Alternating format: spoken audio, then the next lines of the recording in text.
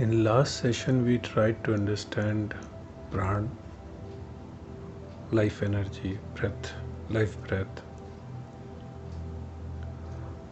So, in this session, we'll try to explore and understand Urja, energy, which is very often used with any practice, and practices are defined in terms of level of energies, Urja, etc.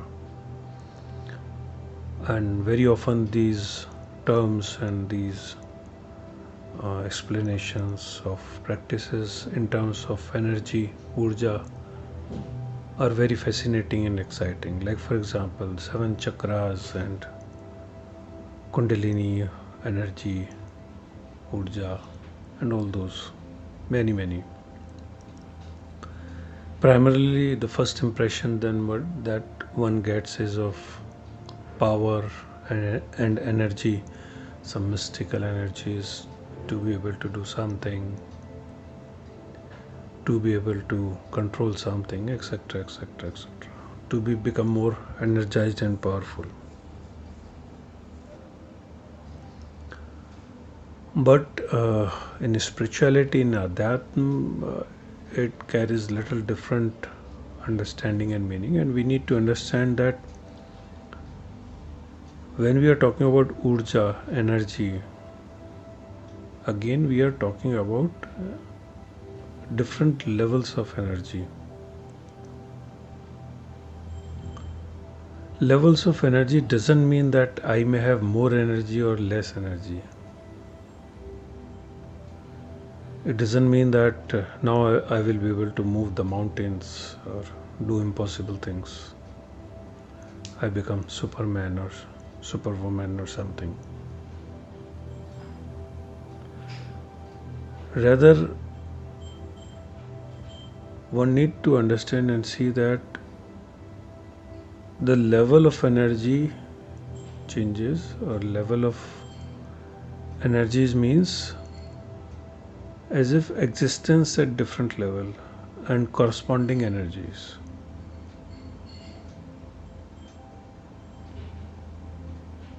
So one tries to shift or transform the energies from one level to another level. One does not as if necessarily increase or decrease the energy. It's like just transformation or going into the different levels of energy. So like it is said that energy can never be destroyed, it can only be transformed from one form to another. It's a typical physics principle and fundamental in normal scientific way. In a way, similar concept also applies to in spiritual dimensions, spiritual practices. But here a little difference may be understood, which is not very different, but it is said that the gross level of energy is also as if made up of subtle level of energies. So the base of all the energy is the finest level of energy, which is correspond to, like if you can say, Paramatma, God, Atma, Brahm, etc.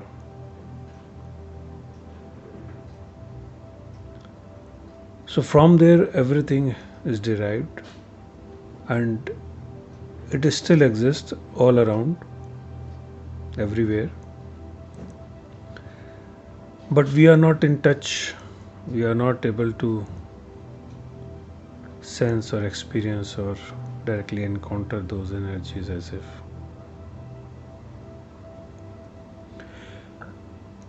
So the practice is more and more largely, in a way, when we talk about transformation of energy, is in a way freedom from the gross level of energy.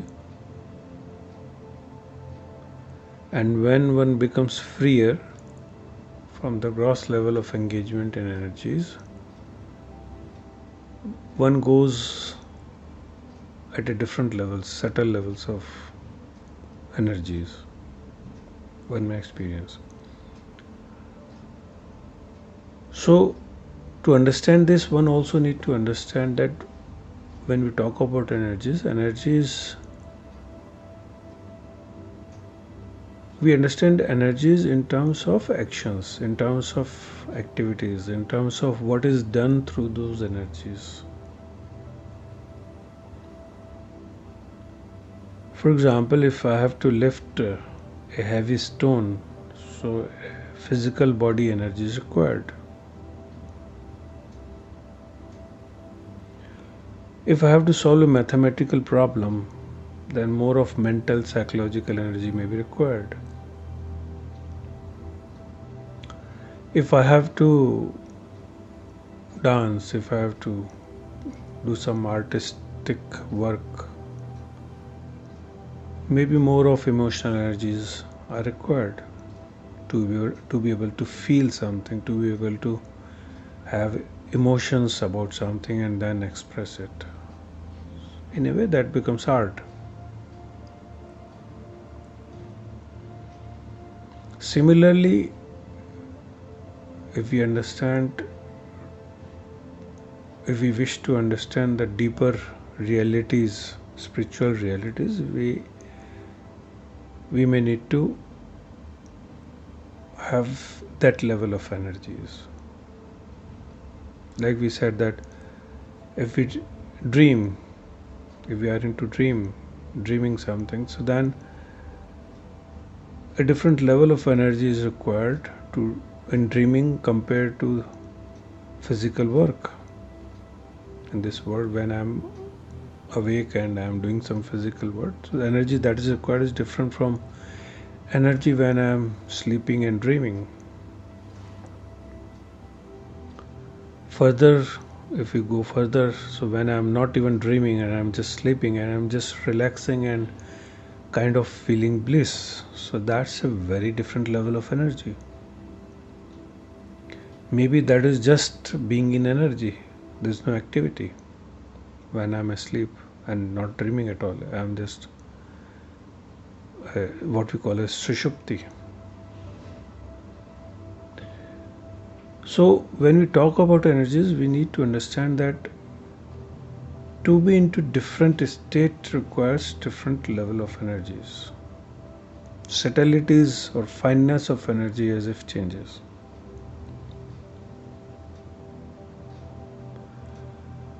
And then we need to understand that when I am engaged in an activity, so that activity demands a particular kind of energy. So like I said, if I have to lift a stone, so a physical body energy is required if I am pushing a stone.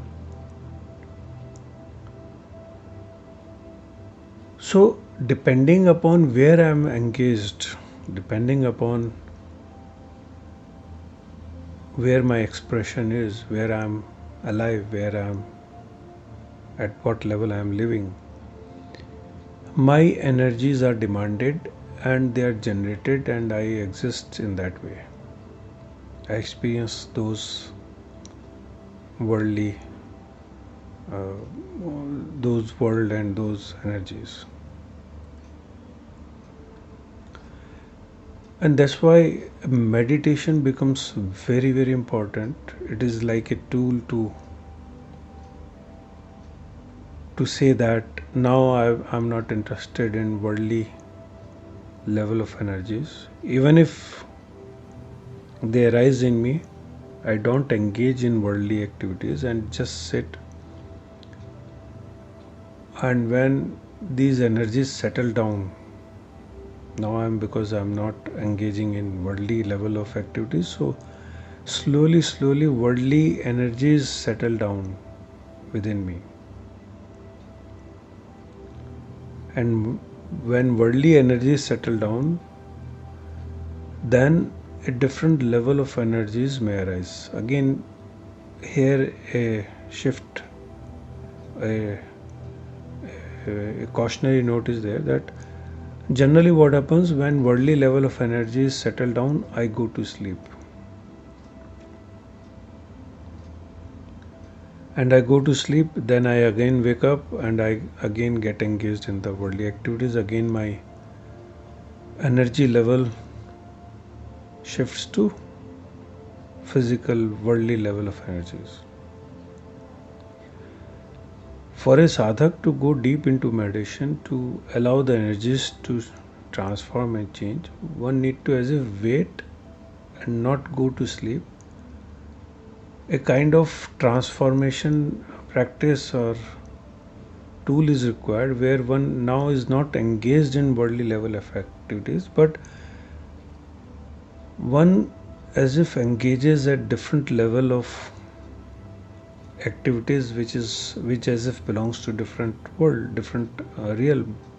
Like for example, if one study a Shaastr, a book, and or listen to a saint or teacher or guru or co-searcher, and one explores that, so as if now one is not engaged in worldly ideas, worldly activities. Now one is as if trying to explore the ideas of different levels, different realm, principles of different realm, what saints or buddhas or rishis or munis are saying about different level of realities.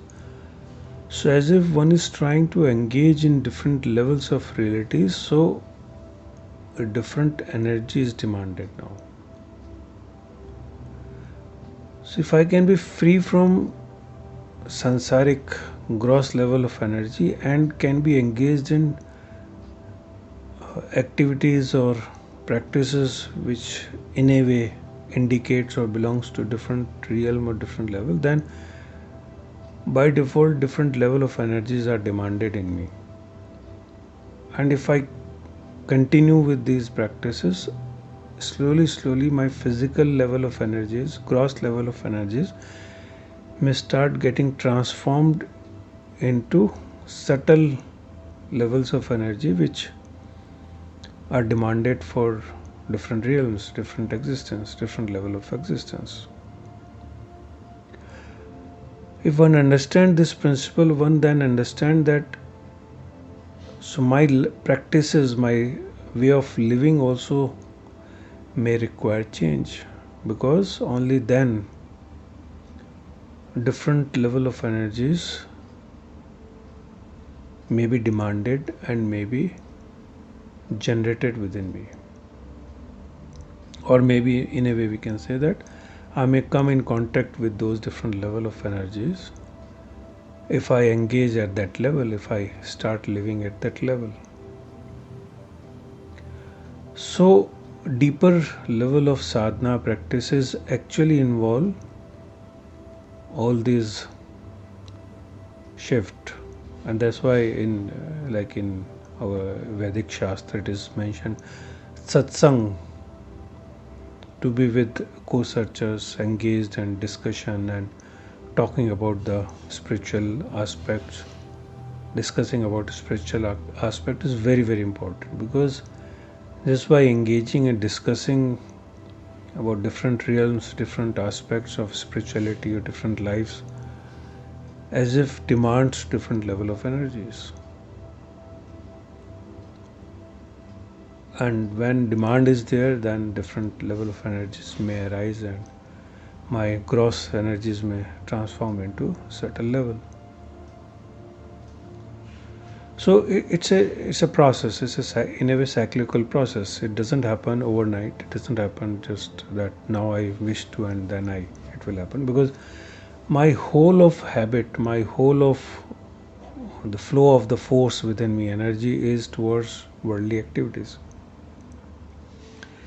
My whole practice of engagement is only in worldly activities, worldly life. So kind of a withdrawal from there what is called as Pratiprasav in Patanjali Yoga Sutra, or non-identification with worldly things, and what we call as Vairagya, to be not interested in the worldly activities and engagements, and disinterested from there.